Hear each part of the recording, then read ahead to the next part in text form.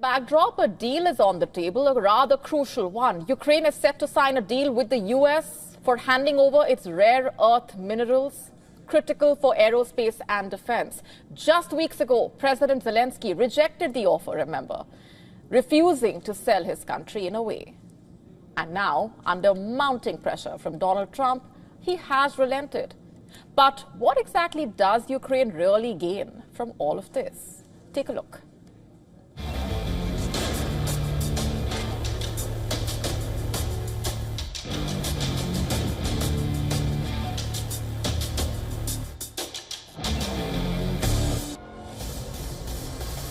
Ukraine is under intense attack. These images show the deadly devastation in Kyiv as Russia fired a barrage of 177 drones.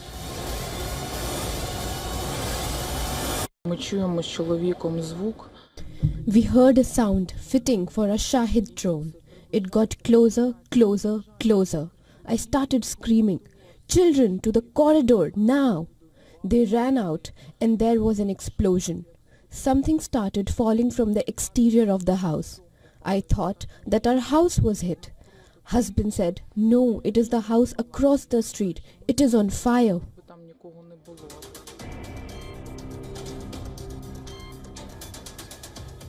Not just Kyiv, Russian forces also targeted Ukraine's second largest city, Kharkiv. Moscow stepped up drone attacks in Kherson as well. The city has been at the front line since the beginning of the war. Russian forces are also advancing rapidly in eastern Ukraine, demolishing Ukrainian defenses. Images from the Russian Defense Ministry show heavy firepower being used to pummel Ukrainian frontline positions. With its territory diminishing and support from its allies waning, Zelensky has decided to make a deal with Trump. Officials in the Ukrainian capital said President Zelensky will travel to the US to sign the accord. It comes after the new Trump administration demanded access to Ukraine's rare earth minerals to compensate for billions of dollars of wartime aid. Yeah, I hear that. I hear that he's coming on Friday. Certainly it's okay with me if he'd like to, and he would like to sign it together with me, and I understand that's a big deal, very big deal. And I think the American people, even if you look at polling, they're very happy because, you know, Biden was throwing money around like it's cotton candy, and it's a very big deal. It could be $1 trillion deal, it could be whatever, but it's rare earths and other things. Zelensky had earlier declined a U.S. draft agreement on valuable minerals such as titanium, beryllium and lithium used in the aerospace, defense and nuclear industries, claiming it did not contain security guarantees and came with the $500 billion price tag. Last week, Zelensky firmly said he won't sell Ukraine in a U.S. resources deal. In return for giving up its precious minerals, Ukraine has insisted on security guarantees that it needs to deter any potential Russian aggression in the future. But it is not clear how much Trump will give in return. For the United States to try to extract $500 billion in mineral resources from Ukraine after giving Ukraine about $60 billion in aid is an absolute absurdity. Not only is it obviously completely lopsided, Trump has expressed a desire to bring about a ceasefire in the Russia-Ukraine war as soon as possible. His rapid moves to repair relations with Moscow have raised fears in Kyiv and among its European allies that they could be sidelined. Bureau Report, WION World is One. Last night, we told you about Israel provoking Syria. We asked if the Israeli Prime Minister Benjamin Netanyahu is searching for a third conflict zone. Things have now gone a step further. Israel launched a fresh wave of airstrikes on what it said were military sites inside Syria. A war monitor, in fact, said at least 2 people were killed by a strike on one of the sites. the headquarters of a military unit southwest of Damascus, reportedly. Israel's defense minister, meanwhile, described the strikes as part of a new policy aimed at demilitarizing southern Syria, also saying that any attempt by the Syrian regime forces and quote-unquote the country's terrorist organizations to establish themselves in the security zone in southern Syria will be met with fire. Remember, just for context, this comes days after Prime Minister Netanyahu called for demilitarizing the area. So what is known so far about the airstrikes? Israeli warplanes reportedly hit a town south of Syria's capital, as well as the southern province of Daraa late on Tuesday. The Israel Defense Forces have said the presence of military forces and assets in the southern part of Syria pose a threat to the citizens of Israel. The bombardment reportedly came hours after Syria condemned Israel's incursion into the country's south and demanded it withdraw, according to the closing statement of a national summit. Remember earlier, Benjamin Netanyahu had said Israel will not allow Syria's new army or the insurgent group that led the ouster of former President Bashar al-Assad to enter the area south of Damascus, as his government made clear Israeli forces would stay in parts of southern Syria for an indefinite period. Netanyahu's comments have triggered fresh concern over the Israeli presence in a part of southern Syria as Damascus's new leaders attempt to consolidate control after years of civil war.